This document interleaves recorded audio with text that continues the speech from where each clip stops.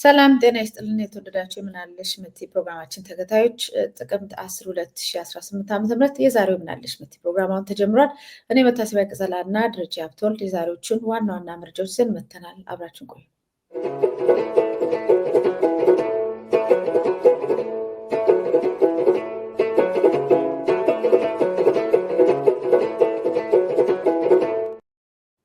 ደረጀ እንኳን ደህና መጣ።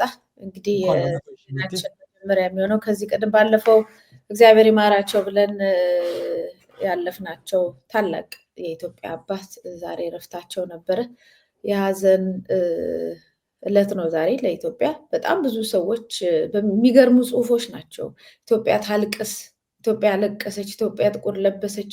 እነዚህ ደግሞ እየጻፉ ያሉት በአጋጣሚ የእምነቱ ተከታዮች አይደሉም። በእምነቱ ተከታዩ በሆኑም ባልሆኑም በሁሉም በዓለም ላይ እነ ኤፓክን ሳይቀር ውጭ ሀገር ላይ ያሉ ተቋማቶች ሳይቀሩ በጣም የሀዘን መግለጫቸውን በጣም በከፍተኛ ሀዘንና ቁጭት የገለጹላቸው ትልቅ ታሪካዊ አባት ናቸው። እንግዲህ የቀድሞ የኢትዮጵያ እስልምና ጉዳዮች ምክር ቤት ፕሬዚዳንት ተቀዳሚ ሙፍቲ ሀጂ ዑመር ኢድሪስ ባደረባቸው ሕመም በሕክምና ሲረዱ ቆይተው ጥቅምት 9 እሁድ 2018 ዓ.ም አርፈዋል። የኢትዮጵያ ሃይማኖት መሪዎች መካከል በተለያዩ እምነት ተከታዮች ዘንድ ተወዳጅነትና ተከባሪነት ያተረፉት የሀጂ ሙፍቲ ዑመር ህልፈት ከተሰማ በኋላ በማህበራዊ ሚዲያዎች ላይ ከፍተኛ ቁጥር ያለው የሀዘን መግለጫ እየተጋራ ይገኛል። የኢትዮጵያ ኦርቶዶክስ ተዋሕዶ ቤተክርስቲያንም በተቀዳሚ ሙፍቲ ሀጂ ዑመር ኢድሪስ ህልፈት የተሰማትን ሀዘን ገልጻለች። የሰላም፣ የፍቅር፣ የአንድነት ተምሳሌት አባት ነበሩ። በአገልግሎት ዘመናቸው ለሀገር አንድነትና ለሰላም ቅድሚያ የሚሰጡ የርህራሄ እና የፍቅር ሰው ናቸው በማለት የገለጸች ሲሆን በመላው ኢትዮጵያውያን ዘንድ በመልካም ስብዕናቸው ሲታወሱ ይኖራሉ። ተቀዳሚ ሙፍቲ ሀጂ ዑመር ኢድሪስ የተወለዱት ግንቦት 21 2029 ዓ.ም በወቅቱ አጠራር ወሎ በሚባለው ክፍለ ሀገር ነበር። ከልጅነታቸው ጀምሮ የእስልምና ትምህርቶችን የተከታተሉ ያደጉት ሀጂ ዑመር ወደ አዲስ አበባ የመጡት በደሴ ጀምሮ የነበረውን የሃይማኖት ትምህርት ለመቀጠል ነበር። ወደ አዲስ አበባ መጥተው በተለያዩ መምህራኖቻቸው የፈለጉትን የሃይማኖት ትምህርት ከተከታተሉ በኋላ በአንዋር መስጅድ እና በመስጅድ ኑር እንዲያስተምሩ ተመደቡ። ተቀዳሚ ሙፍቲ ሀጂ ዑመር በተለያዩ ስፍራዎች በመመረጥም ሙስሊሙን ህብረተሰብ በቅንነት ሲያገለግሉ መቆየታቸው ይታወቃል። በደርግ ዘመን የኢትዮጵያን እስልምና ጉዳዮችን ከመሰረቱት ሰዎች መካከል አንዱ የነበሩት ሀጂ ዑመር ኢድሪስ በ1967 የምክር ቤቱ አባል እና የኡለማ ሊቀመንበር በመሆን አገልግለዋል። ከዚያ በኋላም በተከታታይ ዓመታት በተለያዩ ኃላፊነት ቦታዎች ላይ ሰርተዋል። ከ25 ዓመታት በፊት በአመራር ላይ የነበረው የአዲስ አበባ የመጅሊስ ምክር ቤት በማንኛውም የሃይማኖት ጥያቄዎችን በመላው ሀገሪቱ ቢመጣ የመመለስ አቅም እንዳላቸው በመግለጽ የሙፍቲነት ማዕረግን ሰጥቷቸዋል። ከ10 ዓመታት በፊት የአዲስ አበባ የእስልምና ጉዳዮች ከፍተኛ ምክር ቤት ሊቀመንበር በነበሩበት ጊዜ በሙስሊሞች መካከል የተፈጠሩ አለመግባባቶችን በውይይትና በእውቀት ላይ ተመስርቶ ለመፍታት የበኩላቸውን ከፍተኛ ጥረት ማድረጋቸውን የእምነቱ መሪዎች ይናገራሉ። በኢህአዴግ የአመራር ዘመን በመንግስት ላይ ከፍተኛ ተቃውሞ ከሙስሊም ማህበረሰብ ጋር አስነስቶ የነበረው የሃይማኖት ተወካዮች እስር ጋር በተያያዘ የበኩላቸውን አስተዋጽኦ አድርገዋል። ሀጂ ዑመር የኢትዮጵያ ሙስሊሞች መፍትሄ አፈላላጊ ኮሚቴ በእስር በነበሩበት ጊዜ ከሌሎች የሙስሊም መምህራንና አባቶች ጋር በመሆን ለ4 ዓመታት መንግስትን ከኮሚቴዎች ጋር ለማስታረቅ እንዲፈቱና መንግስትም ይቅር እንዲል ብዙ ጥረትን አድርገዋል። በ2011 ዓ.ም ሀጂ ዑመር ኢድሪስ የኢትዮጵያ እስልምና ጉዳዮች ጠቅላይ ምክር ቤት ፕሬዚዳንት ሆነው ተመርጠው አገልግለዋል። ተቀዳሚ ሙፍቲ ሀጂ ዑመር ጠቅላይ ምክር ቤቱ ህጋዊ ሰውነት እንዲያገኝ የማድረግ ትልቅ ስራን ማከናወናቸውን የሃይማኖቱ አባቶች ይጠቅሳሉ። ይህ ስራቸው ምክር ቤቱ ራሱን በራሱ የማስተዳደር ስልጣንና ኃላፊነት የሰጠ የኢትዮጵያ እስልምና ጉዳዮች መጅሊስ በአገር ውስጥም ሆነ በዓለም አቀፍ ደረጃ ያለውን ክብር እንዲሁም ተሰሚነት ከፍ ያደረገ ነው በሚል ይነገራል። ብዙዎች ተቀዳሚ ሙፍቲ ሀጂ ዑመር ኢድሪስ እድሜ ዘመናቸውን ለአንድነት የተጉ የሀገር ዋርካ ባለውለታ ናቸው ሲሉ ገልጸውታል። እንግዲህ በአጭሩ ይሄኛው መግቢያውን ከቢቢሲ ላይ ነው እንዳለ እንትን ያልኩት። ታሪካቸው ዛሬ ስከታተል ነበር። በጣም ሰፊ ነው ታሪካቸው። እዚህ ላይ ያጠራርገው እነሱ ስላስቀምጡት ነው። ሀጂ ዑመር ኢድሪስ ከማስተማር ባሻገር ከ50 በላይ ሃይማኖታዊ መጽሐፍቶች ጽፏል። ቅዱስ ቁርአንን ተርጉሟል። የቁርአን ትርጉም ስራቸውም በሲዲ ተሰራጭቷል። እንግዲህ ከ50 ዓመታት በላይ በዘለቀ የአገልግሎት ዘመናቸው የቅዱስ ቁርአንን ከ300 ጊዜ በላይ በትርጉም ያስተማሩ ሲሆን ከጻፏቸው መጽሐፍት አንዱ የህትመት ብርሃን አግኝቶላቸዋል። እንግዲህ በዛሬው ዕለት ሽኝታቸው የጸሎትና የሽኝት ስነስርዓት በተለያዩ ቦታዎች ተካሂዷል። በተለይ በዋናው በሚሊኒየም አዳራሽ ላይ በሚደንቅ ሁኔታ አዲስ አበባ ተጥለቅልቃ ነበረ በህዝብ ሙስሊሙም ክርስቲያኑ እጅግ በደመቀ ፍቅርና በደመቀ ቁጭት ቀብራቸው እጅግ አንዱ ምን ብሎ ጽፏል? ኑሯቸውም ቀብራቸውም የሚያስቀና አባት ነበሩ በሚል ሁኔታ በሚደንቅ ሁኔታ ስርዓተ ቀብሩ በዛ ሁኔታ ተከናውኗል ማለት ነው። ባስቀመጡት ኑዛዜ መሰረት ነው ስርዓተ ቀብራቸው ባስተማሩበት መጅሊስ ላይ እንትን ያለው ማለት ነው የተፈጸመው። እዛ ላይ የተለያዩ የሃይማኖት አባቶች ቅድም እንዳልኩት የኢትዮጵያ ኦርቶዶክስ ተዋሕዶ ቤተክርስቲያን ደብዳቤውም አለ እዚህ ላይ በዚህ ሁኔታ መግለጫ የሀዘን መግለጫ ሰጥተዋል። የሚገርም ነው የሀዘን መግለጫውም በጣም ትልቅ ምስክርነት የተሰጠበት ነው። የአገሪቱ ባለስልጣናትና የሚመለከታቸው አካላትም እንደዚሁ በመድረኩ ላይ ነበሩ። ያው እኔ እናንተ ወይም የሀገሩ ማህበረሰብ የሚያውቀው ደግሞ ከነበሩበት ቦታ ላይ በምን ሁኔታ ተገፍተው እንደወጡ የሚታወቅ ነው። እሳቸው ሁሉንም ይቅር ብለው ጸልየው ለኢትዮጵያ አልቅሰው የሞቱት ስለተባለ ወደዛ ነገር አንገባ። ነገር ግን የኢትዮጵያ ሕዝብ ብዙ ወንጀልና ሌባ እና አጭበርባሪ በሞላበት ሀገር ላይ ትሁትና እውነተኛ ሰውን ማክበር ያቅበታል።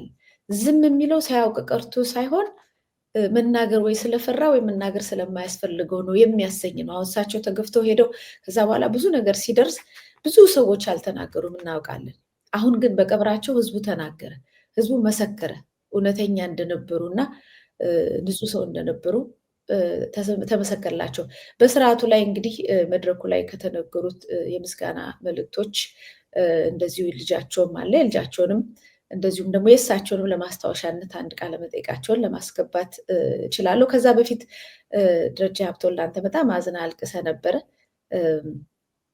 ወደ አንተ ልምራው አድረጉ። አመሰግናለሁ። አንዴ እስኪ እንደገና የፓትሪያርኩ ያስተላለፏትን መልእክት ጓደኛቸው ነበሩ ይችን አንዴ እንድናያት ብዬ ነው። ይሄ መግለጫ ሲጀምር ነጥቡ እንድናየው ብዬ ነው። አቤቱ አድነኝ ደግ ሰው አልቋልና በሚለው በመዝሙረ ዳዊት ጥቅስ ነው የጀመረው። አድነን እግዚኦ እስመ ሀልቅ ሄር በሚለው ማለት ነው። እና እግዚአብሔር በየዘመናቱ አገርን ያለ መካሪ ህዝብን ያለ ዘካሪ አይተውም ይላል። ለዚህ ምስክሩ ይልና እንዴት እንደገለጿቸው ተመልክቶ አቡነ ማትያስ ናቸው የሚሉት። ታላቅ አረጋዊ፣ የበሳል አእምሮ ባለቤት፣ ሀገርን የሚወዱ ሰምቻቸዋለሁ። ሀገሬን እወዳለሁ እያሉ ሲያለቅሱ ራሳቸውን ሰምቻቸዋለሁ። ህዝባቸውን የሚያከብሩ የተጠቁት ወዳጅ የትውልድ አባት የሆኑት ይሄ እሳቸው መጠሪያ ነው። ይሄ ሁሉ እስካሁን መገለጫ ነው። የክብር ዶክተር ተቀዳሚ ሙፍቲ ሐጂ አንዱ እንደዛ አይነት ሰው ነበሩ ይላል። ከዚህ ጋር ነው ነጥቡ ያለው። ኢትዮጵያ በጣት ከሚቆጠሩ አረጋውያን በጥቂቶች ውስጥ አፈማር ከሆኑ መካሪዎቿ መካከል አንደበታቸው ከሚጣፍጥ ማለት ነው አንዱ የሆኑትን ለመወደድ የታደሉትን የዘመናችንን ጌጥ ዛሬ አታለች ይችላል። ይህንን የድካም ዓለም መገላገል ተመልከች። እዚህ ላይ ደግሞ ደርሳቸው እረፍት ቢሆንም ምክንያቱም ሰምተሽ ከሆነ 6 ዓመት ቆሎ ነው የበላሁት እንቅልፍ 2 ሰዓት ነው የምተኛው ስለ ሀገር እያለቀስኩ ነው። ደርሳቸው እረፍት ቢሆንም ለሀገር ግን ታላቅ ጉዳት ከመሆኑም በላይ እድሜን ከጥበብ ጋር ያዋሃዱ በሁሉ ዘመን አይገኙምና ሀዘናችን ጥልቅ ነው። ይሄ ነው በቃ ትልቅ ነገር። ለሳቸው እረፍት ነው፣ ለሳቸው ማረፍ ነው። ብዙ ስቃይ ተሸክመው በሆዳቸው ይዘው ብዙ ነገር ተወቅተው አይሆንም ብለው ሀቁን ተናግረው ሄደዋል። እረፍት ነው ለሳቸው። ለኢትዮጵያ ይሄ ሀዘን መታየት ያለበት ለሀገርና ለኢትዮጵያውያን እንዲህ አይነት አባት እድሜያቸው እኮ ቅድም እንዳልሽው 29 ማለት 1929 88 ዓመት ማለት ነው። ወጣቶችም ይሞታሉ በአሁኑ ጊዜ የእድሜ ባለጸጋ የሚባሉ ናቸው። ከእድሜያቸው ግን እንደሳቸው አይነት ለህሊና የሚኖር አባት፣ ደፋር አባት፣ እውነቱን እውነት ሐሰቱን ሐሰት የሚል ስልጣናት ትውደዱ ያሉት እሳቸው ራሳቸው በብሔር አትግቡ፣ ነቢያችንም የተወገዘ ነው እያሉ ስላለው ስለ ዘመኑ ነገር ደፍረው የተናገሩትንም የኖሩ ስለሆኑ የማን ሐዘን ነው ጥልቁ? ከቤተሰቦቻቸው ይልቅ ቅድም ልጃቸው እንደተናገረው የኢትዮጵያ ሕዝብ የሀገር እናውቀዋለን። እዚች ሀገር ላይ በተለይ በዚህ ጊዜ የተደቀነውን አደጋ ካስታወስን እንደነ ሀጂ ሙፍቲ አይነት ሰዎች መታጣታቸው ሐዘኑ ጫን ያለ ከባድ መሆኑን እንረዳለን። ተው የሚሉ ደፍረው የሉማ፣ የሚቆጡ የሉማ። በአባትነታቸው ተጠቅመው እውነት የሚመሰክሩ በሌሉበት በጣት በሚቆጠሩበት ሰዓት ላይ ሀጂ ሙፍቲ ለሀገር ነው ያጎደሉት፣ ለኢትዮጵያ ለህዝብ ነው ያጎደሉት። ለዚህ ነው ሳር ቅጠሉ አባቴ እያለ የሚያለቅሰው። እምነት ሳይገድበው ሙስሊም አልሽው፣ ክርስቲያን አልሽው፣ ፕሮቴስታንት አልሽው፣ ካቶሊክ ኦርቶዶክስ አልሽው፣ የፈለገ ብትዩ ሴት ወንድ ብሔር ብትዩ ከዚህ ብሔር ከዛ ብሔር ሳይባል ያለምንም ልዩነት አንድ ላይ ተሰባስቦ የኢትዮጵያ ህዝብ ፍርድ አዋቂው፣ አንቺ እንዳልሽው እውነት አዋቂው የኢትዮጵያ ህዝብ፣ ሁሉን የሚታዘበው የኢትዮጵያ ህዝብ ወጥቶ አለቀሰ። በዚህ ደረጃ አላየንም። በዚህ ጊዜ የተለቀሰ በዚህ ደረጃ ለምን? የኢትዮጵያ ህዝብ ያውቃል የሀገሩ ጌጥ ማን እንደሆነ፣ ለእውነት የሚኖርን ሰው እንዴት እንደሚያከብር ይሄ ህዝብ ያውቀዋል። ይሄ ደግሞ ዝም ብሎ የሚመጣ አይደለም፣ እንዴ የፈጣሪ ጸጋ ነው። ይሄን ጸጋ ደግሞ የምታገኘው በማውራት አይደለም፣ ምላስ ላይ ወሬ በመነቀል አይደለም፣ በመነቀስ አይደለም። ብዙ የሚያወሩ አሉ፣ በየቀኑ ብዙ የሚያወሩ ሚዲያውን የተቆጣጠሩ አሉ። ስለ ሰላም ስለምን ያወሩ የሚያወሩት ንግግራቸውና ምግባራቸው አንድ ስላልሆነ ህዝቡ ምን እንደሚላቸው ሁላችንም እናውቀዋለን። ሀጂ ማለት የተናገሩትን የኖሩ በመሆናቸው ህብረተሰቡ ስለሚያውቅ በዚህ ደረጃ ድረስ አክብሯቸዋል። ስለዚህ ሀዘኑ ጥልቅ የሚሆነው ለማን ነው?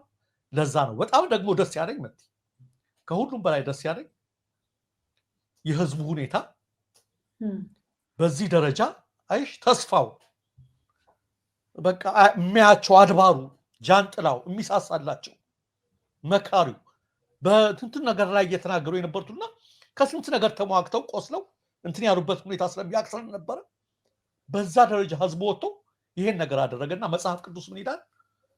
የዛሬ ስርዓተ ቀብራቸው የጻድቅ ሰው ሞት በእግዚአብሔር ፊት የከበረ ነው ይላል። ሞቱ ራሱ ይላል ሁለት ወደ ለቅሶ ቤት ወደ ሰርግ ቤት እንሂድ ከማለት ይልቅ ከመሄድ ይልቅ ወደ ለቅሶ ቤት መሄድ ይቻላል፣ እርሱ የሰዎች ሁሉ ፍጻሜ ነውና ይላል። ብዙ የኢትዮጵያ ህዝብ ሰርግ ቤት ዳንስ ምናምን ይሄዳል ወይ ይሄዳል። አብዛኛው ህዝብ ግን ዛሬ ግን አይተሻል፣ ፕሮግራሞች በሙሉ የኢትዮጵያ ህዝብ ከዳር እስከ ዳር። እኛ እንደውም ያየነው የአዲስ አበባውን ብቻ ነው። በክፍለ ሀገር በወሎ በአካባቢያቸው የሚሆነውን ግን አላየንም። እንዳለ አባቱን ለመሸኘት በንቂስ ወጣ። ብዙዎችም አንቺ እንዳልሽው ኑሯቸው ሞታቸው የሚያስቀና ሆነ። ሁሉም በሳቸው ላይ ተገኘ። እንዲህ አይነት አባቶች፣ እንዲህ አይነት ወይም ትልልቅ ሰዎች፣ የሀገር ባለውለታዎች ህዝብ አገር የሚያከብራቸው በሚሄዱበት ጊዜ አሁን እኛ እዚህ ሆላንድ፣ አንቺ በምትኖሪበት በአውሮፓ በአሜሪካ በምናምን ይደረግላቸዋል ውዳሴ መዘክር የሆነ ነገር ይዘጋጅላቸዋል። እኒያም በማድረግ የራሴን ስሜት ትናንት ማታ ገልጫለሁ እና ይህ በሚሆንበት ሰዓት ላይ ኦኬ ሚዲያዎች ሽፋን እየሰጡ ነው፣ ሁሉንም ነገር እያደረጉ ነው። ግን አንዳንድ በእንዲህ አይነት ጊዜ የማያስፈልጉ ፕሮግራሞችን ማስተላለፍ የለባቸው። አሁን የህዝቡ ሀሳብ ስሜት ቢያንስ ለአንድ ለሁለት ቀን ትልቅ አባቷን ኢትዮጵያ ታለች ብሎ ህዝቡ እያዘነ ነው። ለአንድ ለሁለት ቀን በዚህ መልክ የህዝቡ ስሜት ከሆነ ሚዲያዎቹ የህዝብ ከሆነ ህዝቡ ሰርቭ ማድረግ አለባቸው።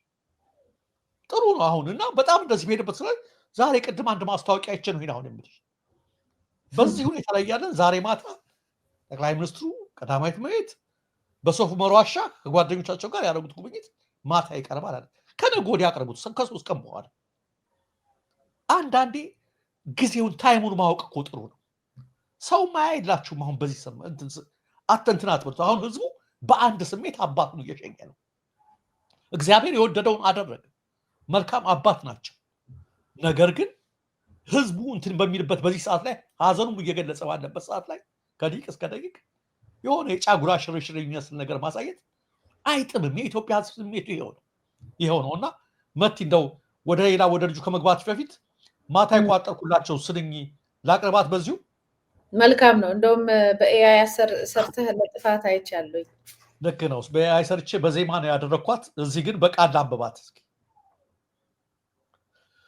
ስለ ወገን ስቃይ እንቅልፍ እንደራቀው የሀገሩ ሰላም ሁሌ እንደናፈቀው ስለ ጊዜው ክፋት ሌት ቀን እንዳነባ ሐዘኑን አምቆ ተለየን አባባ የመወደድ ጸጋን ከላይ የለበሰው ሀገሬ ኢትዮጵያ አጣሽ ትልቁን ሰው የሰውነት ቁና ህሊና ሚዛኑ በሁሉ ተወዳጅ በእስላም ክርስቲያኑ ዱዓ ተመጋቢው ምርቃት ስጦታው ሀገር የሚፈውስ ገጹና ፈገግታው ጎሽ ለልጆቿ በሚል ቢል ኖሮ ሳይጎድል ከጸጋው ስለ ልጆቹ ሲል ስለ ወገኖቹ ልቡን የተወጋው ሀጂ ሙፍቲ ኢድሪስ የአባትነት ሚዛን የሰውነት ልኩ ስለ ውድ ሀገሩ ቃል እየቃተተ ሄደ ወደ አምላኩ ለፍቅሩ የሌለው ድንበርና ኬላ የሳቅጠሉ አባት የጀማው ጃንጥላ የልቦናው ሐሳብ ከዋርካ የሰፋ የድሃ አደጎች ድምፅ የሙእሚኖች ተስፋ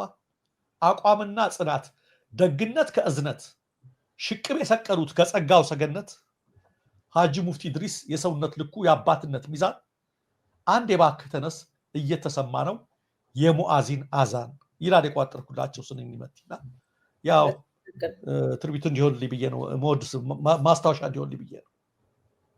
በጣም ድንቅ ነው። እስቲ ትንሽ ቀንጨብ አድርገን ለማስታወሻ ብዙ መረጃዎች አሉ። ዛሬ በእርግጥ ከኢትዮጵያ አካባቢ ከውስጥ የተላኩ መረጃዎች አሉ። ተመልሰን እንመጣለን። ግን እንዳልከው የሀዘን ቀን ስለሆነ በእሳቸው ላይ ትንሽ እንቆያለን። እስቲ ትንሽ ከንግግራቸው ካስተምረቷቸውን ጋብዝ። አክብሮ የፈጠረው ነው። ክርስቲያንም ይሁን ሙስሊም አላህ አክብሮ የፈጠረው ነው።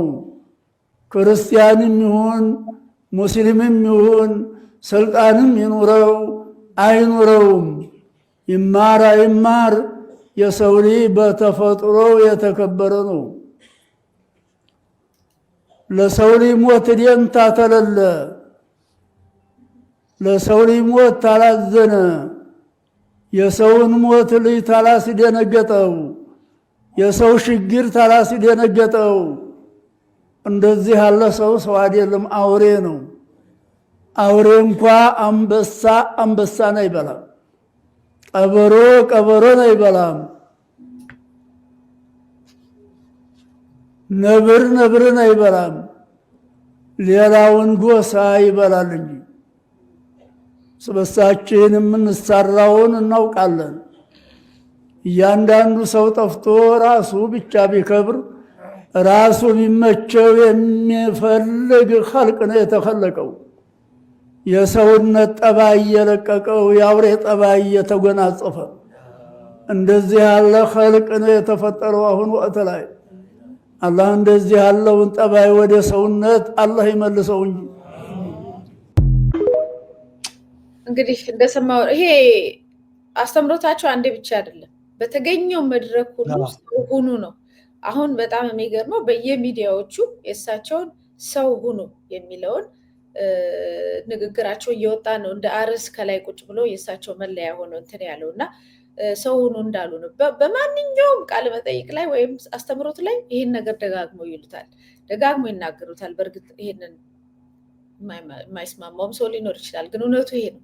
ስለዚህ ተቀዳሚ ሀጂ ሙፍቲን ለምን ሰው ወደዳቸው ከተባለ በቃ ሰው የሚፈልገው አሁን እሳቸው ያስተማሩትንና ሌላዎቹንም ማንነታቸውን ሰውን እኩል መውደዳቸውን ነው ማለት ነው። የኢትዮጵያ ሕዝብ የሚፈልገው እንደሳቸው አይነት ሰው ነው ማለት ነው የሚፈልገው። ሰውን የማይንቅ ሰውን ሁሉ እኩል የሚያይ ነው ማለት ነው የሚፈለገው። እና አሁን ያለን ከላይ እስከታች ያለን መድረኩ ላይ ማን ነው የሚለውን እንግዲህ አይቶ መፍረድ ነው።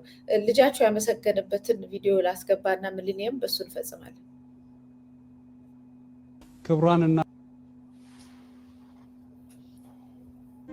ክቡራን የሃይማኖት መሪዎች፣ ክቡራንና ክቡራት እንኳን ደህና መጣችሁ። ቢስሚላህ አልሐምዱሊላህ ወሰሊ ዐላ ረሱሊላህ። አልሐምዱሊላህ የፈዐሉ ማ የሻእ አላህ የሻውን ሰርቷል። የሻውን ሰሪ ጌታ ነው። አባታችን ወደማይቀረው ዓለም ሂደዋል። የእኔ ብቻ አባት አይደሉም። እኔ በስጋ አባት ቢሆኑ የሁላችንም አባት ናቸው። እኔ ስለ ሙፍቲ ለመናገር እዚህ አልቆምኩም። ምክንያቱም ሁላችሁም ታውቁታላችሁ። ሞታቸው እንኳን ፍቅርና አንድነትን የሚሰብክ ነው።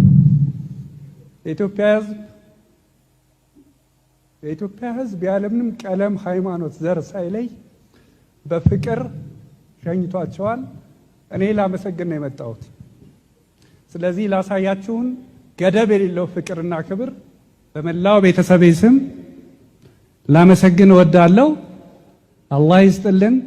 አባታችንን አላህ በጀነተል ፊርዳውስ እንዲያሳርፍልን፣ እኛንም የእሳቸውን ፈለግ የምንከተል አንድነትን፣ ፍቅርን፣ ሰላምን የምንሰብክ የእሳቸውን መንገድ የምንከተል ያደርገን ዘንድ ለእሳቸውም ሁላችሁም እስትግፋር አድርጉላቸው፣ አፉ በሏቸው። ከማረፋቸው በፊት ሁሉንም ሰው ደጋግሞ አፉ ብለዋል። ስለዚህ እኔ በዚሁ አቆማለሁ። ሰው ድካም ላይ ነው፣ አላስረዝምም። አመሰግናለሁ። አላህ ይስጥልን። ደህና ሁኑ። እንደሰማው ነው እንግዲህ ደረጀ ያው በጣም ከፍተኛ ቁጥር ያለው ህዝብ ነው። ያው አመስግኗል። እንግዲህ አመስግኗል፣ አፉ ብለዋል የሚለው በጣም ልብ የሚነካ ነው። እዛ ነው። አዎ ታውቂያለሽ ምን እንደደረሰባቸው? ልክ ነው። ቅድም ጀምሬው ይቅር ብያለሁ ብለው ነው ሄዱት። እነሱን ሁሉ አፉ ብያለሁ ብለው ሄደዋል ነው የሚለው። ይሄ ነው፣ ሌላ ምንም ነገር ሊሆን አይችልም። የሚገርም ነው መቲና አሁንም ከደጋጎቹ አጠገብ ያስቀምጣቸው። ሰው የመኖር ትርጉሙ ይሄ ነው። የመኖር ትርጉሙ እዚህ ዓለም ነበርኩ ብሎ ነው። እንደነ ሀጂ ያሉ ሰዎች ቢያልፉም ሁሌ በውይይታችን በአጋጣሚዎች ሁሉ በተለያዩ ሰው ያነሳቸዋል። ለምንድን ነው ህያው ሆነው መሄድ ማለት? ይሄ ማለት ነው።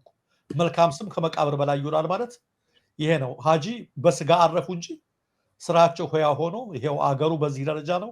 ከዚህ በኋላ ደግሞ የእሳቸውን አርያ የሚከተሉ ይኖራሉ እርግጠኛ ነኝ። ገልጦ የሚያነበው የለም እንጂ ሞት ታላቅ መጽሐፍ ነው ይላሉ አቡነ ቄርሎስ። የሀጂ ሞት ስብከት ነው፣ ትልቅ ስብከት ነው፣ ትልቅ ትምህርት ነው። የሚማር ከተገኘ ማለት ነው። በተለይ አባቶቻችን በሁሉም በኩል ያላችሁ የሃይማኖት አባቶች፣ የሀገር ሽማግሌዎች ይህንን ማንበብ አለባችሁ። ዛሬ የታየውን ትናንት የታየውን ነገር ለምንድን ነው በእግዚአብሔርም በሰው ፊት መወደድ በጣም የሚገርም ነገር ነው። ይሄ ደግሞ የፈጣሪ ስጦታ ነው። ግን ለምን ስላደረጉ ነው? ከዚህ መማር ያስፈልጋል። የሀጂ ሞት ትልቅ ስብከት ነው። ሀጂ ምን ስለሆኑ ህዝቡ ይህን አደረገ? ከእውነት ጋር፣ ከሀቅ ጋር፣ ከተጠቃው ጋር ስለቆሙ ክፉ ነገር ሲያዩ ተው ስለሚሉ ቅድም ቪዲዮ እንዳየን ልክ አይደላችሁም፣ አውሬ እኮ ተመሳሳዩን አይበላም፣ እንዴት የሰው ልጅ ያፈናቅላል ይገላል እያሉ እውነቱን የሚናገሩ ስለሆኑ ያለውን ችግር ሰው ወደዳቸው እና አባቶቻችን በተለይ ትልቅ ትምህርት ይወስዳሉ ብዬ ተስፋ አደርጋለሁ። መልካም ነው። ልክ ነው። እኔም ቅድም ብዙ ነገሮች ወደኋላ መለስ ብዬ ቪዲዮዎችም እየወጡ ነው። በዚህ አጋጣሚ የእሳቸው አንዳንድ የሆነባቸውን ነገር እና መቼም ሰው ሲሞት ነው አይደለ የሚጮህለትም እና እየወጡ አየውና ከዛ ልጃቸው ወጥቶ እሳቸው ከማረፋቸው በፊት ሁሉንም አፉ ብለዋል አለ። ምን ያህል ትልቅ ሰው መሆናቸው ነው እንግዲህ የምታየው። ሁሉንም ይቅር ብለዋል። ስለዚህ ለዚህ ነው እኔም እሳቸው ይቅር ያሉትን ነገር ዛሬ ማንሳቱ ትርጉም ስለሌለው እንዳንተ እዛ ያሉት ሁሉ ሃይማኖት አባቶች የክርስቲያኑም የሙስሊሙም ሌላውም ትላልቅ ሰው ነኝ የሚል ሁሉ ምንድን ነው የት ነኝ ምን ላይ ነው የቆምኩት ብሎ እንዲያስብበት። በእውነት በእንደዚህ ደረጃ እኔ ስቀበራለሁ፣ እመሰግናለሁ።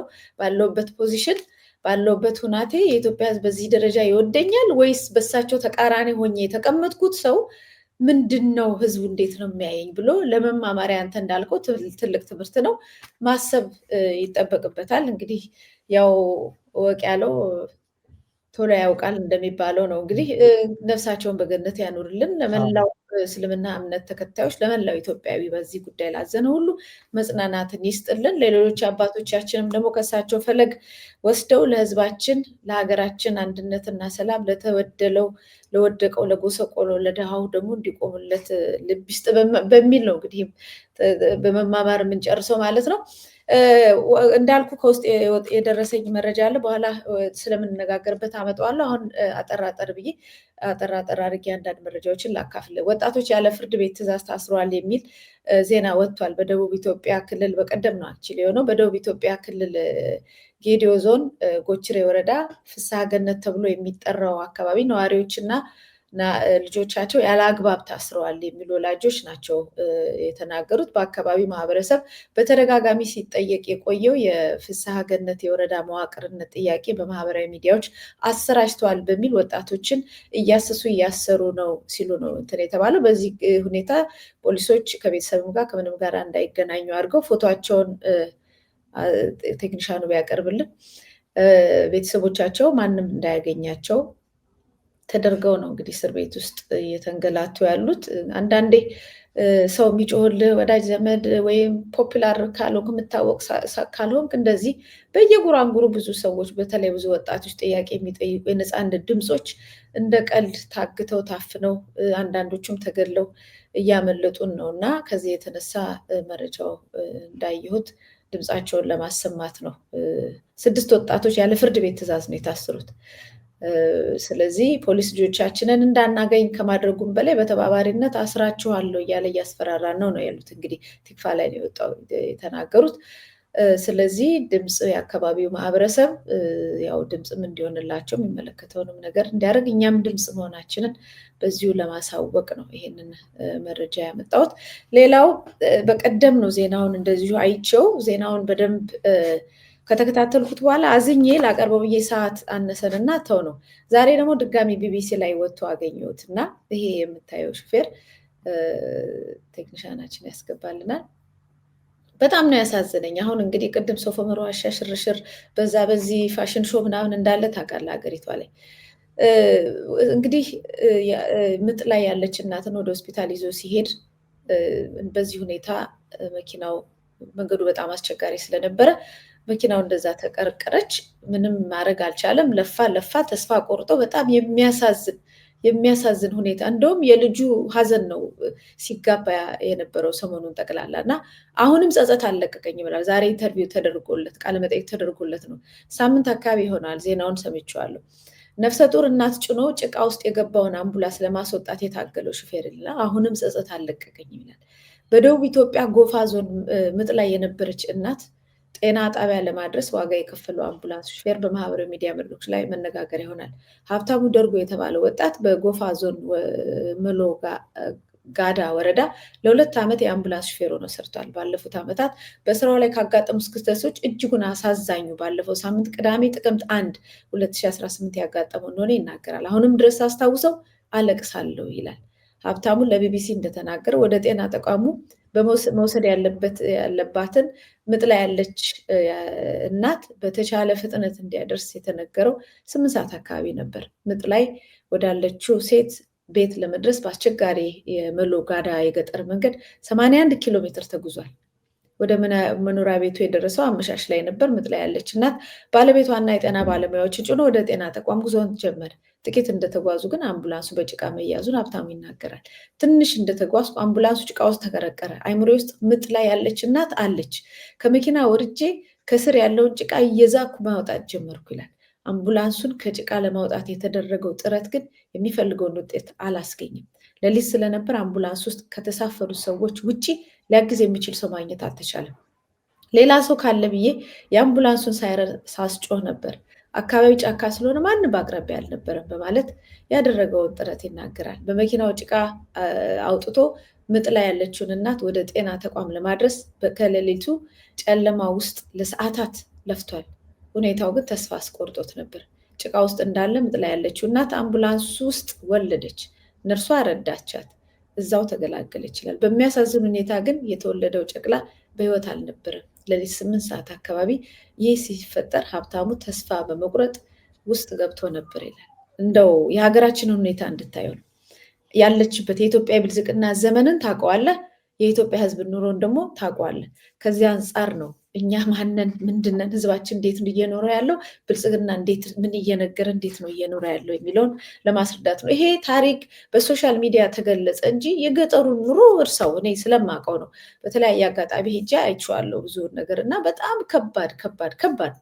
መንገድ የሌለበት ሀገር ነው ያለን ከጫፍ እስከ ጫፍ። ሀገራችን ሰፊ መንገድ ግን የሌለበት ሁኔታ ነው ያለው እና እንግዲህ ይሄን ይመስላል። ይሄን ላካፍል። እዚህ ላይ የምጨምረው መረጃም ካለ አሁን ደግሞ ማታ ሄድን ባየንበት ሁኔታ ሶፍ ዑመር ላይ ደግሞ ሪዞርት ላይ እንመለከታለን በኢቲቪ።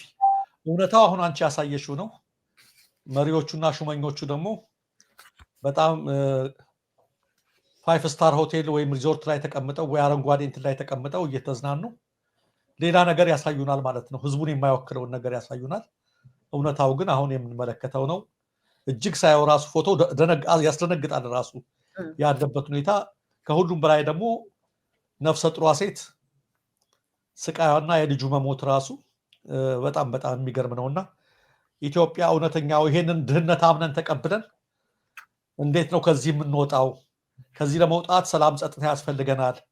እንዴት ነው ያንስ የምናገኘው ብሎ አምርሮ ከመስራት ይልቅ ይሄን ዲና እያደረጉ በውሸት መቀጠል የሚያመውም እኮ ያ ነው መቲ። እንደዚህ መሆናችን እኮ አይደለም የሚያመው። አሁን ይሄን ካሳየሽ በላይ አብዛኛው ህይወት እንደዚህ ሆኖ ማታ ዶክመንተሪ ብለው በሚለቁት ነው የምትቃጠየው። ያ ነው የሚያመው። በቁስል ላይ እንጨት መስደድ ወይም ሚጥሚጣ መነስነስ፣ ሆምጣጤ መነስነስ ማለት ያ ነው። እና ያንን ደግሞ ይሄም ወደዛ ወደ ሱመራ አካባቢ ነው መሰል ቦታው ያንን ነገር የኛው ደግሞ ዋሻ ያው ታሪካዊ ቦታ ነው መደረግ አለበት። ግን ይሄ እነሱ የሚያረጉት የመዘነጥ ነገር ነው። አሁን ችግሩ መዘነጥ እኮ ነው። ምን ልልሽ ነው አሁን ይሄ ልጅ የዛው አካባቢ ሄዶ የማታውን ዶክመንተሪ ሲያይ የነሱን ዝነጣ እኛን ታዩ እሱስ ምን ይሰማዋል? ራሱ እንደዛ ነገር ነውና በጣም አሳዛኝ ነገር ነው መቲ። ምንም ሰዓታችን እንትን ቢልም አንዳንድ መረጃ ስላለ ከኔም ጋር መረጃዎቹን ያህል ለማሰማት ያህል ዛሬ እና ትናንት ከሰዓት በኋላ የድሮን ጥቃት መፈጸሙን በብዛት ተሰምቷል። አንድ ነገር እዚያ መናገር አለብን። አገዛዙ ንጹሃንን ሲገል ሌሎችን ሲገል በትክክል ነው የምናደርገው፣ የምናጋለጠው፣ የምናመራው። በእንዲህ አይነት ነገር ላይ ግን ያው በፋኖች ላይ በምን ላይ ሊፈጽም ይችላል። ያው የውጊያ ነገር ስለሆነ እሱ ምንም አይደለም። ሁሉም ውጊያ ገጥመዋል። ዞሮ ዞሮ እንችላለን። ነገር ግን እኛ ማሳሰቢያና ማስጠንቀቂያ ብዙ ጊዜ ስንናገር ነው የሰነበት ነው። ሰሞኑ በበርካታ አካባቢዎች የድሮን ቅኝት እየተካሄደ ነው። በተለይ በጎጃም በሰሜን ወሎና በጎንደር አካባቢ በበርካታ ወረዳዎች ድሮን ቅኝቶች እየተደረጉ ነው። ከትናንት ወዲያ ደግሞ በ19 ጊዜ ተፈጽመዋል በአንድ ግንባር ብቻ። አሁንም እየተደረገ ነው ብለን ተናግረናል እና ትናንት መጠነኛ ጉዳት ሳይደርስባቸው አልቀረም። እንደሰማሁት ከሆነ ትክክለኛ መረጃ ማድረስ ስላለብን ነው። በተደጋጋሚ ትናንትም እንደቀረበው ዛሬም እንደቀረበው ጥሪ የምንናገረው ለምንድን ነው? ከነሱ የመጣ ነው። ከምኒልክ ዕዝ ህዝብ ግንኙነት የተነሳ ነው። በማናቸውም ወረዳዎች በምንገባበት ሰዓት ላይ የሚደረጉ የድል ጭፈራዎች ተሰባስቦ እንትን የማድረግ ነገር ለጊዜው ጠቅላላ እንዲቀሩ የሚል መመሪያ ተላልፏል። እኛም አንብበናል። ለምን ሰሞኑን በብዛት ያ እየተደረገ ነው ቅኝት። ስለዚህ የድል ጭፈራውና ማናቸውም ነገር ተሰባስቦ የሚሄዱ ነገር ከሌላ ጊዜ በኋላ የሚቀጥል ይሆናል የሚል ጥሪ በተደጋጋሚ እየቀረበ ይገኛል። ይሄንን ነገር አድምጦ የመተግበር ደግሞ በእኛ ብቻ ሚዲያ ሳይሆን ሌሎች ሚዲያዎች እያቀረቡ ነው። መግለጫውን እየሰማን ይሄ መግለጫ እየቀረበ ባለበት ሰዓት ላይ ብዙ ባይሆንም ጉዳቱ የሰማነው ጉዳት መጠንቀቅ የራስ ድርሻ ነው። በተለይ ከሰሞኑ እንደተሰማው ወደ 40 ከተሞች ናቸው ሰሜን ወሎ ውስጥ በፋኖ ቁጥጥር ስር የገቡት። መቲ ጉድ የሚያሰኝ ድል ነው። የዘመቻ አደማ ደቸበሌ ዘግቦባቸው በጣም ተናደዋል ብልጽግናዎች። መንግስት አብዛኛው ወሎ አካባቢዎች ተይዘዋል። ይሄ ትልቅ ድል ተገኝቶ ህዝባዊ ስብሰባ እየተደረገ አዲስ መዋቅር እየተደረገ ባለበት ሰዓት ላይ አጠቃላይ እግረ መንገድ ዝም ብሎ አይቀመጥም። ብልጽግና አስረክቦ አይቀመጥም። የሞት የሽረቱን ባለው ነገር ወደ ሌላ ነገር ነው እንዲገባ የሚችል። 40 ከተማ ቀላል ማለት አይደለም። የዛ መዋቅር መፍረስ የዛ ነገር ማድረግ። ስለዚህ በእያንዳንዱ ከድሉ በተጓዳኝ ምን ያስፈልጋል ነው ኪሪስ ለእያንዳንዱ ነገር ጥንቃቄ አድርጉ በትኩረት የእያንዳንዷን እንቅስቃሴ። ለምንድን ነው እኛ ህዝባዊ ስብሰባ በዚህ ቦታ ከተማውን ነው እንጂ የምንናገረው ቀኑን አንናገርም። የህዝባዊ ስብሰባው ወይም ሜዳውን አንናገርም። ለምን? አገዛዙ ስለተበሳጨ ህዝቡ ላይ ሊጥለው ይችላል። እንደዛ አይነት ነገር ሊሆን ይችላል በሚል ከፍተኛ ጥንቃቄ በሚዲያው በኩል በሚታይበት ሰዓት ላይ በተለይ መጨፈር ድራደረጉ ተብሎ እኔ እንደ ፓርቲ ነገር ማድረግ ፈጽሞ ጊዜውም አይደለም። ገና ነው የትግል ጊዜ ነው። ስለዚህ በዚህ በኩል ያን ነገር ማድረግ ያስፈልጋል። ትናንትና ከዚህም በተጓዳኝ አንድ አካባቢ ለመክበብ ሞክሮ ነበር አገዛዙ፣ ሰብረው ወጥተዋል። ይህም ከጥንቃቄ ጉድለት ነው። ግን ምንም ችግር አልተፈጠረባቸውም። ግን ከጥንቃቄና ከመዘናጋት የሆነ ፕሮግራም የማዘጋጀት ነገር ነውና አንዳንዴ ይሄን ነገር ጥንቃቄ አድርጎ የሚለውን ነገር እናደርጋለን። ይህም እንዳለ ሆኖ ግን ዛሬ የመጣው ዜና የምስራቅ አማራ ኮር 1 ኮር 2 እና የምኒልክ ዕዝ ልዩ ዘመቻ በጥምረት በራያ ግንባር ታንክ፣ መድፍና ቢኤም እንዲሁም ጀትና ድሮን በስፋት እየተጠቀመ ካለው የብልጽግና ጦር ጋር ከባድ ክንቅንቅና ተጋድሎ ማድረግ ድል ማስመዝገባቸው ተገልጿል። በዘመቻ አባናደው ከባድ ሰብአዊና ቁሳዊ ኪሳራ የደረሰበት ብልጽግና አገዛዝ በርካታ ቁጥር ያለው እግረኛ ሰራዊትና መካናይዝድ እንዲሁም ጀትና ድሮን በስፋት እየተጠቀመ በብዙ ግንባር ማጥቃት የጀመረ ቢሆንም በምኒልክ ዕዝ ፋኖች በሁሉም ግንባር በአግባቡ ተመክቷል ይላል። የኦሮሚያ ልዩ ኃይልን ጨምሮ ከሀገሪቱ የተለያዩ አካባቢዎች የመጣው ሰራዊት በአብዛኛው አሁንም ያለ ውጊያ እየኮበለለ ነው። ፋኖንም እየተቀላቀለ ይገኛል። ያለ ረፍት ግዳጅ እየገባ ይገኛል። አንዳንዶቹ ምሽግ ለቆና ተዳክሞ ባለበት ሁኔታም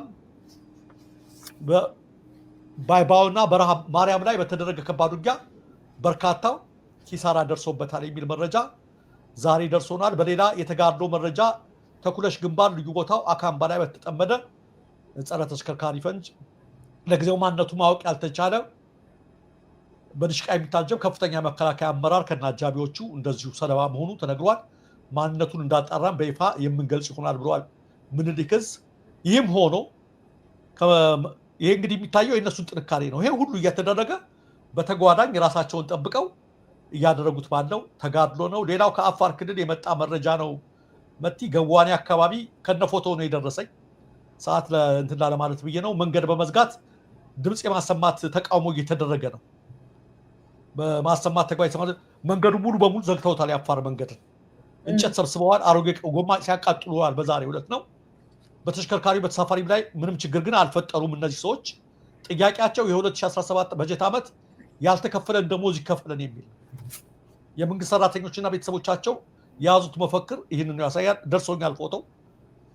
እንግዲህ መንግስት ደግሞ ጫጉላ ሽርሽር ላይ ነው። ሰሞኑን የዚህ አይነት ተቃውሞ በትግራይ እንደነበረ ሰምተናል በተደጋጋሚ። ይሄ የሚያሳይሽ ነገር አለ። ከበጀት ጋር ነው። በአፋር ክልልም እየቀጠለ ነው። አዲስ አበባ ነገ ጧት ቆይታ ያለች ወር አይፈጅም ከዚህ በኋላ ህዝቡ እየተቸገረ ሲሄድ ሰራተኛው የሚበላው እያጣ በሚሄድበት ሰዓት ላይ ከጸጥታው ችግር በተጓዳኝ የዚህ አይነት ተቃውሞዎች እየተቀጣጠሉ መሄዳቸው አሁን የአፋር መንገድ ዛሬ ተዘግቷል። በድንጋይ በእንጨት ጎማ እየተቃጠለ ተዘግቷል። አጠቃላይ ያለው ውጥረት በጣም ከፍቷል። ገና በመላ ሀገሪቱ ይስፋፋል እና አብይ ደግሞ ጫጉላ ሽርሽር ላይ ናቸው። ባለቤታቸውን ይዘው ምን እንደሚከተል እናያለን። ሌላው አስገራሚው ወይም ግራ የሚያጋባው መረጃ ቶሎ ለመናገር ከሰዓታችን ጋር የብልጽግና ካድሬዎች ረጃጅም ጽሁፍ እየጻፉ በየሰዓቱ ሲያደነቁን የነበረው መንግስት መገናኛ ብዙሃን በየሰዓቱ ፕሮፓጋንዳ እየለቁ ሲያደርቁን የነበሩት የጣናነሽ መርከብ ጉዳይ ነው። ያን ያህል ፕሮፓጋንዳ በየከተማው በደረሰች ቁጥር ሲሰራባት የነበረው ያ ሁሉ ሰላማዊ ሰልፍ ሲደረግባት የነበረችው ጣናነሽ ልክ ጣና ከገባች ጀምሮ የሞተሯ አንቢያ አልነሳ ብሎ ቆሟል። እነሱም ዝም አፍረው ደንግጠዋል። ድሮም አሮጌ መርከብ ነበረች። ምን እየተደረገ እንደሆነ ታውቂያለሽ? በአሁኑ ሰዓት ላይ ተለዋጭ ሞተር ለመግዛት ግዢ ኮሚቴ ተቋቁሞ በውሎ አበል በዶላር ውሎ አበል ውጭ የጣናነሽ 50ያ ሞተር ፍለጋ እየተፈለገ ነው። እኔ እኮ ለምን ድምፃቸው ጠፋላለሁ። ከዛ ከዋጭ የእሷም ድምፅ ጠፋ፣ የእነሱም ድምፅ ጠፋ። የሞተር ድምፅ ሲጠፋ የካድሬዎቹ ድምፅ አብሮ ጠፋ። በቃ ጸጥ። ውሾን ያነሳ ውሾ። ይሄን ነገር በቅርበት የሚከታተሉ የአማራ ክልል ባለስልጣን ናቸው መረጃውን ያወጡት። ከፍተኛ በጀት ተመድቦ በጣም ደንግጠዋል፣ አፍረዋል።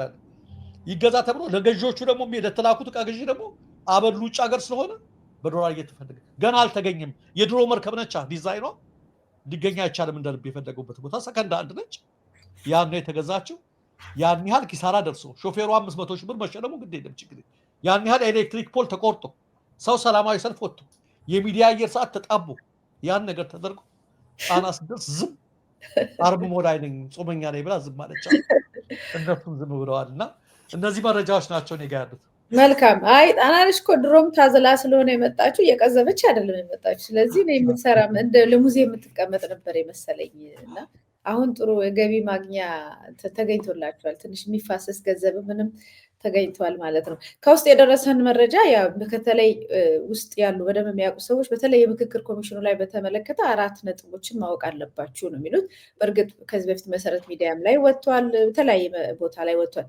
የፕሬዝዳንታዊ መስመር ማስተካከል ሂደት ላይ በአብይ አህመድ ወደ ፕሬዝዳንት ለመሆን የማይቀር ነገር ነው ናሱ በጣም የተወሰነበት የማይቀር ነገር እንደሆነ ነው በብዛት የሚፎከረው ውስጥ ለውስጥ ህገ መንግስቱም እንደዚሁ በተወሰነ ደረጃ ይነካካል በተለይ ይሄንን ራሱ ፕሬዝዳንታዊ ጉዳዩን ለማምጣትም መነካካት አለበት የሰንደቅ ዓላማም ጉዳይ በደንብ የሚታይ ጉዳይ ነው ሌላው የወሰን ይገባኛል ቦታዎችን እንደዚሁ እነዚህ 4 ዋና ዋና ነጥቦች በኮሚሽን በሀገራዊ ምክክር ይባል እንጂ በውስጥ በብልጽግና ውስጥ እንደ ትልቅ አጀንዳ ሆኖ ሊሰሩ በዛ ታከው ሊወሰኑ ሊቀየሩ የታሰቡ ጉዳዮች ናቸው የሚል ነው ሌላው የኢኮኖሚ ችግር በጣም ችግር ነው በጣም ገንዘብ የለም የሰራተኛ ደሞዝ መክፈል የማይቻልባቸው ብዙ ተቋማቶች አሉ በቅርቡ እና በጣም ትልቅ ችግር አለ ከዚህም የተነሳ ብዙ የብልጽግና ፓርቲ አባላቶች ለምንድነው ማንገማገመው የሚል ጥያቄ እየተነሳ ነው ለምን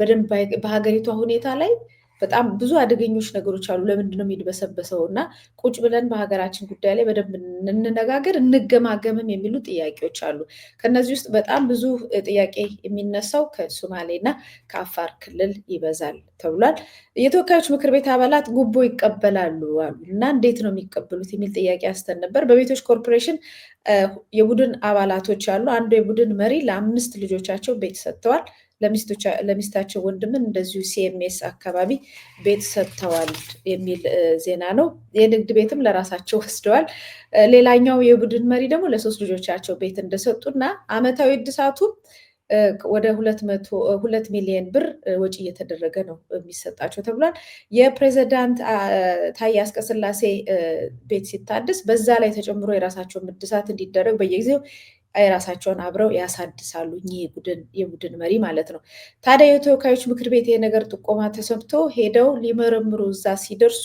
በቀን 15,000 ብር አበል እየተሰጣቸው ዝም እንዲሉ ተደረጉ ከዛም የተነሳ በአቶ ታደሰ ጫፎ ትዕዛዝ መሰረት ፓርላማው ላይ እንዳይቀርብ ታገደ የሚል ነው በተረፈ ደጋግሞ ሲነገረኝ የነበረው የሶማሌና አፋር ጉዳይ ላይ እና ትግራይ ላይ ያለው ነገር እጅግ በጣም አሳሳቢ ነው ሙስና ጉቦ ሞልቶ ፈሷል የትኛውም ዲፓርትመንት ላይ የሚጠያየቅም የለም ምንም የለም እኔ ምን አገኛለሁ ከሚል ግርግር ውጪ ማንንም ሊገመግም የማይችልበት ደረጃ ላይ ከላይ እስከታች ሁሉ ነገር መዋቅራዊ ተዘርግቶለት የሚችለውን ሰው ሁሉ የሀገሪቷን አንጡራ ሀብት ግለሰቧ ሲነግሩኝ አንጡራ ሀብት አሟጦ እስከ መውሰድ ድረስ ነው ግብ እየተደረገ ያለው እንግዲህ የመጨረሻቸው መሆኑን አውቀው ይሁን ምን ይሁን ከፍተኛ የሆነ የስርቆት ዘመቻ ከላይ እስከታች ተዘርግቶ አገሪቷ እየታጠበች ነው የሚል ነው የእንግዲህ የምክክር ኮሚሽኑ ላይ ወይዘሮ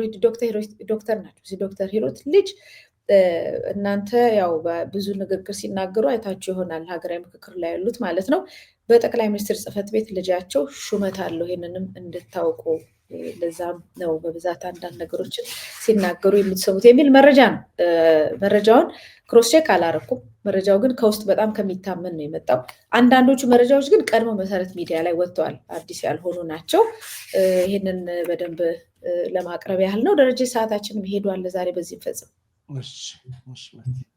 ተመልካቾችና አድማጮቻችን የዛሬው የጥቅምት 10 2018 ዓ.ም ዋና ዋና መረጃዎች የምናደርስበት መርሃ ግብር በዚሁ ተፈጽሟል እኔ መታሰቢያ ቀጸላና ደረጃ ሀብተወልድ ከእናንተ ጋር ቆይታ አድርገናል ዳግም እስከምንገናኝ ሰላም ቆዩ